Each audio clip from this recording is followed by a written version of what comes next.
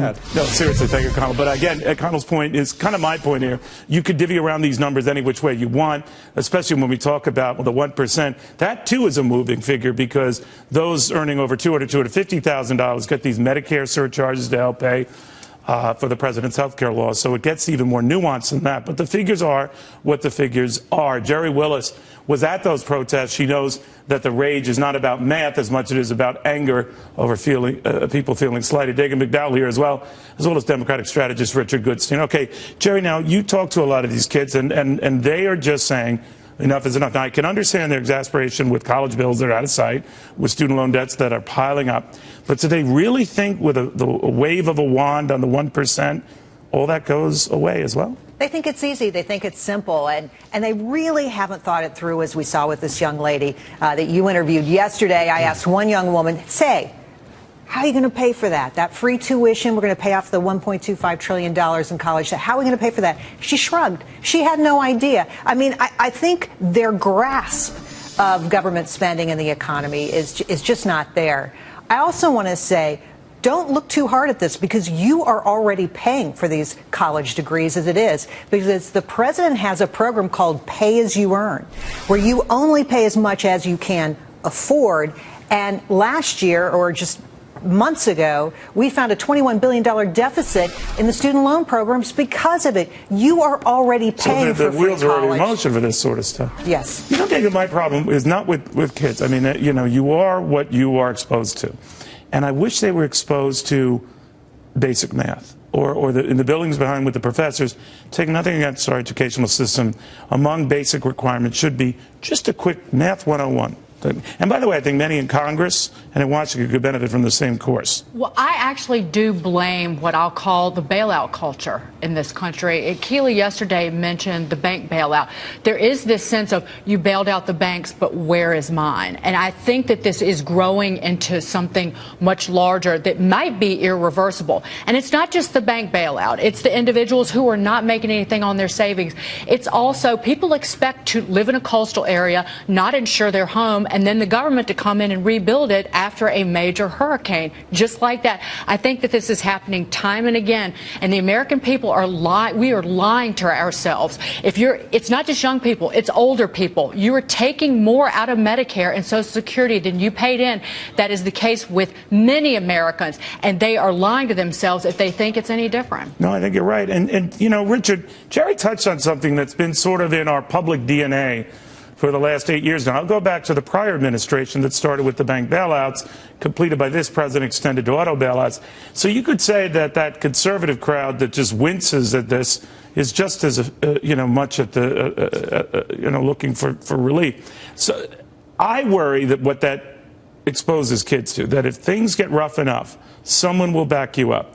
Someone will back you up if you're a big bank. Someone will back you up if you're a beleaguered automaker. Someone will back you up if you're behind in your mortgage papers and payments. Someone will back you up every step of the way. And that's been bred into our culture. And that's what's dangerous. What do you think? I do think these students are onto something in this regard, Neil, which is that... Or maybe just on something. Students, maybe. And incidentally, I hope you didn't feel proud of yourself letting that woman, ill-informed as she was, kind of prattle on like that. I mean, good for you to kind of put the kind of spotlight on an issue. But we have you on. That's true. That's true. I can defend myself slightly more. But here's the point. Student loan debt has tripled over the past 10 years. 43 million Americans now have student debt. And the problem with it, look, paying it off with one fell swoop is idiotic. You're not going to get the argument from me. The problem with having all that student debt is that people can't buy houses, they can't buy durable goods, they can't buy non-durable goods. People wonder, hey, gasoline prices have been cut, where's all that money going?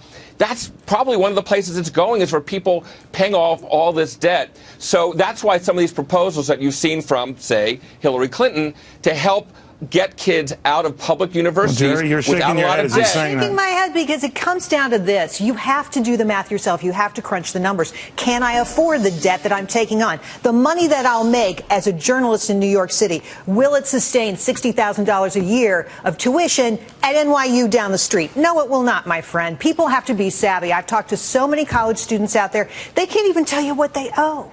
And they're at the total figure. They don't know. They've got their eyes closed, and they're just hoping somebody's going to bail them out. Do you think people know when they do sign on to these papers, though, Dagen? I mean, I remember as a kid taking out college loans, and I knew that I had to pay them back. That much I knew.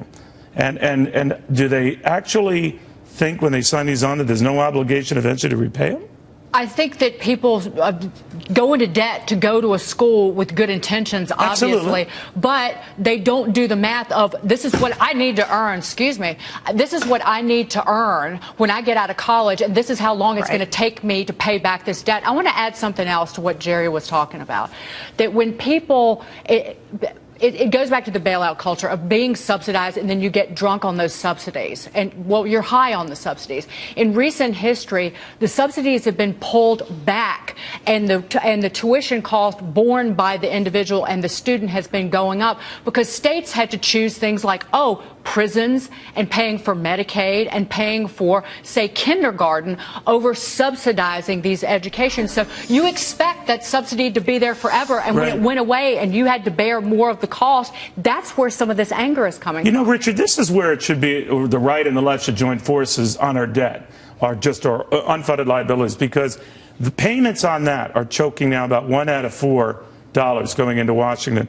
Imagine if you freed that up and we didn't have these interest payments on a big old Visa bill, which is our collective debt. Then we could start exploring some of these remedies you talk about. Right now, beggars can't be choosers, right? Right. And that would be huge. I will say a couple points. One, regarding the tuition at NYU or any other university. If they were spending all the money, and this is part of Hillary's plan, on education and not on rec centers and athletic facilities, but on the things that actually are going to give. You're absolutely right about that. But if they're actually going to give the education so that these kids can graduate and actually have skills to bear, as opposed to feeling that they're at a country club, that would be a big step in the right direction.